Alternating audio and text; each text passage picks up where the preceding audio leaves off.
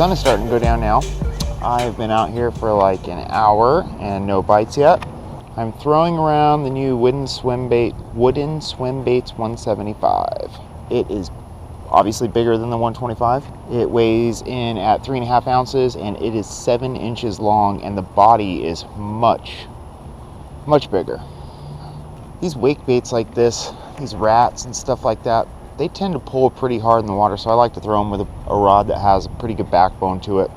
Throwing it on 80-pound braid with my Tatula HD 200 HSL, but I think feels like that this bigger rat might be a little too much for this Tatula HD. Feels like it's working a little too hard on the cast, so probably throw it on my Lexa 300 or the new A3 if I spool that up with braid.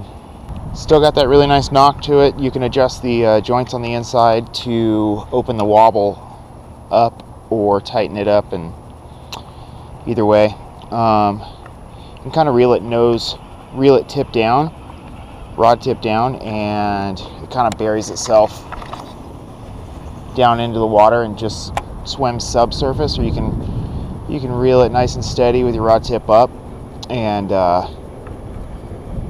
the head of the rat sits nice and above the, or just above the water, and really pushes a lot of water out of the way. The body on this rat's pretty bulbous, so man, this thing, it's got a really big plexi lip on it too, so this thing pushes a good amount of water out. And retrieve wise, I'm just doing kind of a medium slow retrieve with occasional pause. You can walk it too with like half reel turns, or you can kind of pop it back and forth through the rod tip and walk it back and forth too. Basically it's just the 125. Just on steroids, bigger, wider body, and longer and heavier. They did replace the feather tail though with a bubblegum kind of natural looking pinkish worm, and that rear hanger on the 175, on this one at least, doesn't rotate like the bottom hangers do, and the rear hanger does on the 125. So with it coming into fall and the water temps cooling down, I still like to throw wake baits around. The rats and like bluegill weights, like bull shooter 160s and 90s with the lip weights out, or Wooden Swimbaits makes a bluegill wake bait, sun up or sun down, low light situations, kind of like this where the sun's starting to go down, or first thing in the morning in that real low light.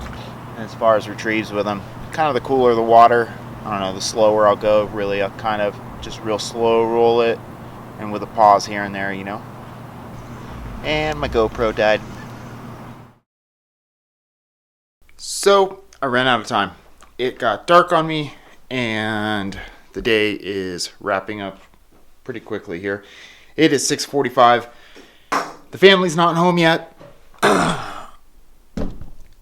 Oh, let me adjust this. So yeah, the Wooden Swimbaits 175. Awesome, check them out. I'll link them down below in the description. Oh, one more thing. They sent me these big, giant 10-inch worms. I don't use worms, so how about this?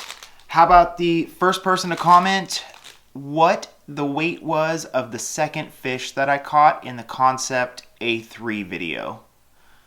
Exact weight down below in the comments. Second fish, I say the weight in the video. If you guys go back, watch the video, put the exact weight down below in the comments. I'll send you some 10-inch worms from Wooden Swimbaits.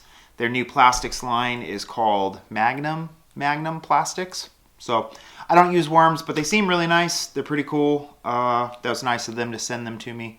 I appreciate it. Thank you guys. I will go ahead and link Wooden Swimbaits down below, and you guys can check out the 175 and their new plastics that they have. The family's not home yet, and I have a couple minutes before they get home, so I thought I'd sit down and do a couple fan questions. This one is from the split snaps or split ring video from Squirrel with 4 L's. Do you prefer stainless or black chrome hyperwire split rings? Squirrel, I don't care. I don't have a preference. I like the black chrome that all the owner stuff comes in. but more often than not, I forget to order it, so I just have the regular stainless or whatever finish that they give you is. All my split rings are just like the stainless color. So next, this is from an old video. This is from the DRT Tiny Clash overview part 2. Nigel Ridge says, just picked up a few in the matte bass color and I'm a little confused on the different tail and lip modes. What is your favorite mode to fish the bait and why? I can tell you this. 1 second. Hold on. Nigel, this is a Tiny Clash. The way you see it right there with the tail down and the lip out, that, my friend, is mode B with the lip out, and this is my favorite way to fish it.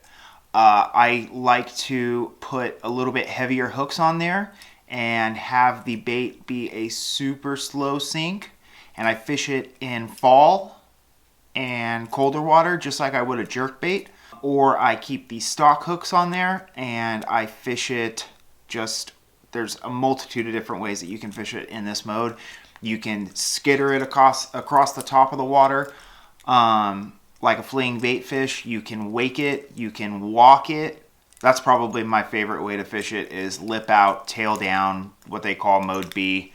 And when I have the heavier hooks on there too, I will let it sink down just above grass lines and stuff like that when I'm out on Lake Mead and kind of tick the top of the grass.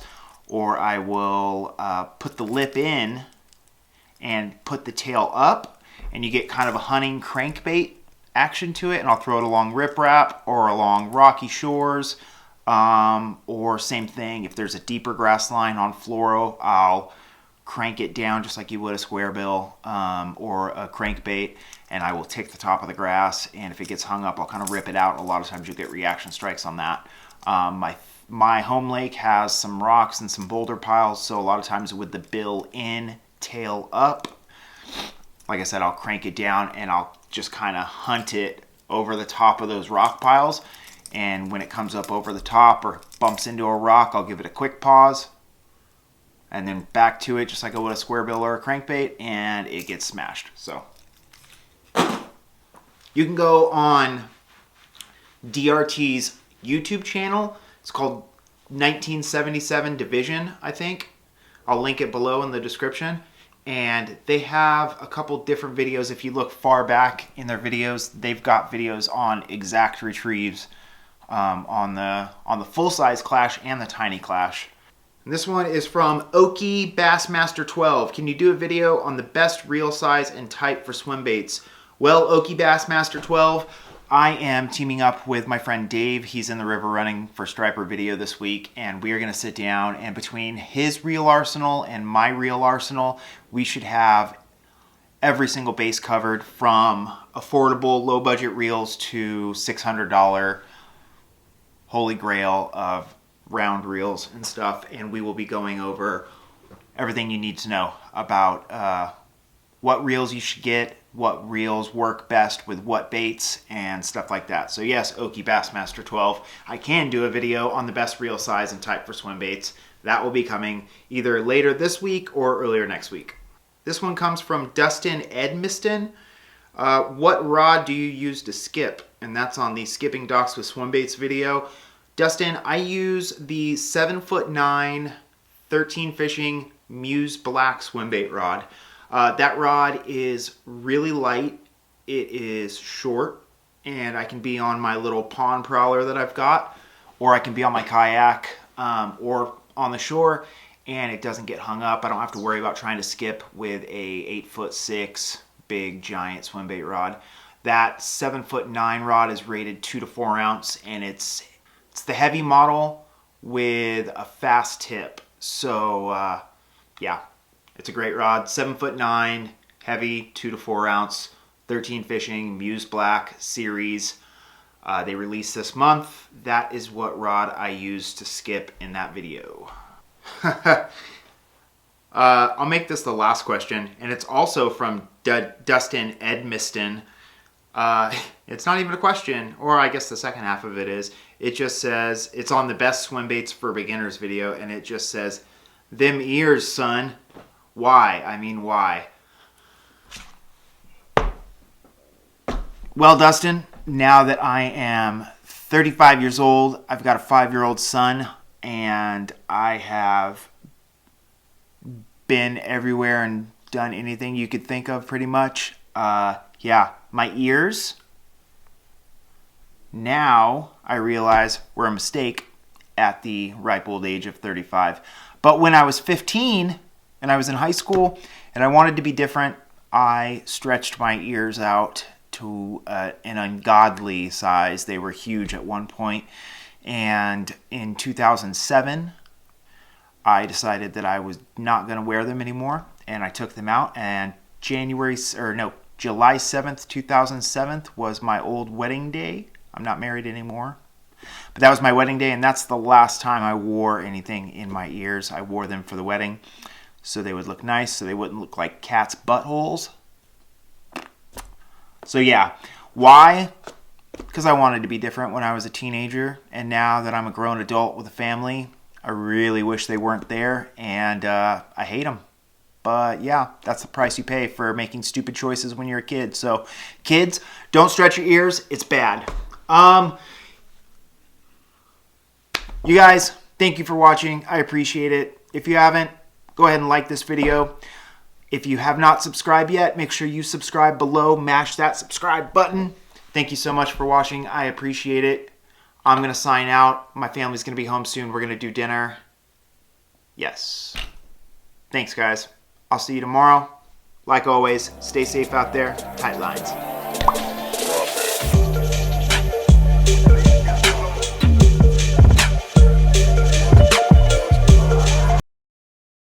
In the Concept A3 reel, video, comment. How about this?